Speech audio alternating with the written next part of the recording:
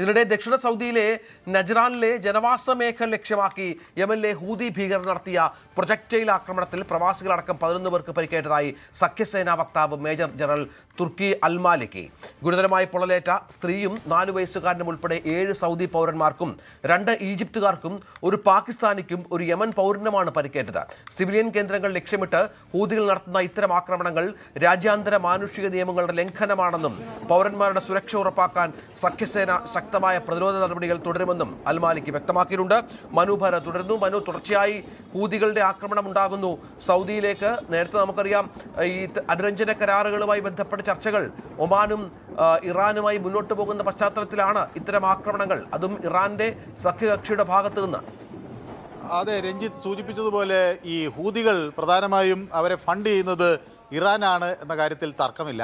അപ്പോൾ ഈ America Israel Iran യുദ്ധം ആരംഭിച്ച ഒരു ഘട്ടത്തിൽ തന്നെ ഈ ഹൂതികളും അവരുടെ ആക്രമണം പല ഘട്ടങ്ങളിലായി നമുക്ക് കാണാൻ കഴിഞ്ഞു. ഇപ്പോൾ ഏറ്റവും ഒടുവിൽ വരുന്ന വിവരമനുസരിച്ച് 12 പുതിയ ആക്രമണങ്ങൾ, മിസൈൽ ആക്രമണങ്ങൾ യമനി പ്രോവിൻസായ ഹദ്രമൗണ്ടിലും മരീബിലും നടന്നിരിക്കുന്നു എന്ന വിവരങ്ങൾ പുറത്തുവരുന്നു. നേരത്തെ ഇവിടെ ഇതേ പ്രദേശങ്ങളിൽ തന്നെ ഡ്രോൺ ആക്രമണവും ബാലിസ്റ്റിക് മിസൈലുകളുടെ ആക്രമണവും ഉണ്ടായിരുന്നു. അതോടൊപ്പം തന്നെ ഈ സൗദി, നമുക്കറിയാം യമനിലെ ഒരു സർക്കാരിന് പിന്തുണ കൊടുക്കുന്ന ഒരു സാഹചര്യത്തിൽ സൗദിക്കെതിരെ വളരെ രൂക്ഷമായ ആക്രമണം നടന്നിരുന്നു. അവിടെ 30 സൈനികരെ കൊലപ്പെടുത്തിയതായുള്ള വിവരങ്ങൾ അവിടെ നിന്ന് പുറത്തു വരികയും ചെയ്യുകയാണ്. അപ്പോൾ ഏതായാലും ഈ ഹൂതികൾ അതുപോലെ തന്നെ ഇറാഖിലെ ആംഡ് ആയിട്ടുള്ള ചില സംഘങ്ങളും ചേർന്ന് നടത്തുന്ന ഒരു സംയുക്ത നീക്കം, അത് ഇറാനിലെ ഇസ്ലാമിക് റവല്യൂഷണറി ഗാർഡുകൾക്ക് പിന്തുണ പ്രഖ്യാപിച്ചുകൊണ്ടുള്ളതാണ് എന്ന കാര്യത്തിൽ തർക്കമില്ല. അപ്പോൾ യമനിൽ ഒരു ആഭ്യന്തര കലാപത്തിനുള്ള സാഹചര്യം ഉണ്ടാകുമോ എന്ന സംശയങ്ങൾ വഴിവെക്കുന്നു. ഏതായാലും 2014 ഈ ഹൂതികളിൽ അവിടെ ഈ സനയൊക്കെ പിടിച്ചടക്കുന്ന ഒരു സാഹചര്യം ഉണ്ടായിരുന്നു. അതിനുശേഷമാണ് ഈ സൗദി ഒരു അറബ് കൊലീഷൻ അവിടെ ഈ ഹൂതികളെ മാറ്റുന്നതിനൊക്കെ മുൻകൈ എടുക്കുകയും ചെയ്തത്.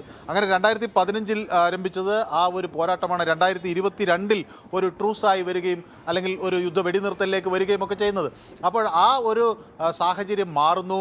വീണ്ടും ഇറാൻ്റെ പിന്തുണയുള്ള ഹൂതികൾ യമനിലും സൗദിയിലുമുള്ള ആക്രമണം നടത്തുന്നു എന്ന വിവരങ്ങളാണ് പുറത്തു വരുന്നത്. ഇപ്പോൾ ഏറ്റവും ഒടുവിൽ നടന്ന ആക്രമണങ്ങളിൽ 30 സൈനികരെ കൊലപ്പെടുത്തിയിരിക്കുന്നു എന്ന വിവരങ്ങൾ പുറത്തു വരുന്നു. 15 പേർക്ക് പരിക്കേറ്റിട്ടുണ്ട്. 8 മിസൈലുകൾ ആണ് ഹൂതികൾ ഇപ്പോൾ അൽ ജവാഫ് ഗവർണറേറ്റിലേക്ക്, അത് നോർത്ത് മരീബിലുള്ള അൽ ജവാഫ് ഗവർണറേറ്റിലേക്ക് തൊടുത്തിരിക്കുന്നത്. അതുപോലെ തന്നെ അൽ തനിഹിയയിലും അൽ അബറിലും ആക്രമണങ്ങൾ നടത്തിയിരിക്കുന്നു. ഇത് രണ്ടും ഈ ഹറമൗണ്ട്, അൽ റബൂക്ക് എന്നീ പ്രവിശ്യകളിൽ പെട്ടിട്ടുള്ള മേഖലകളാണ്. അങ്ങനെ ഈ ഹൂതികളുടെ ആക്രമണം തുടരുന്നു എന്നതാണ് അവിടുത്തെ മധ്യേഷ്യയിലെ സംഘർഷത്തെ അല്ലെങ്കിൽ സംഘർഷ സാഹചര്യത്തെ കൂടുതൽ രൂക്ഷമാക്കുന്നത്. രഞ്ജിത്ത്, അതാണ് സാഹചര്യം. കൂടുതൽ വാർത്തകൾക്ക് news 18 Keralam YouTube channel subscribe ചെയ്യുക.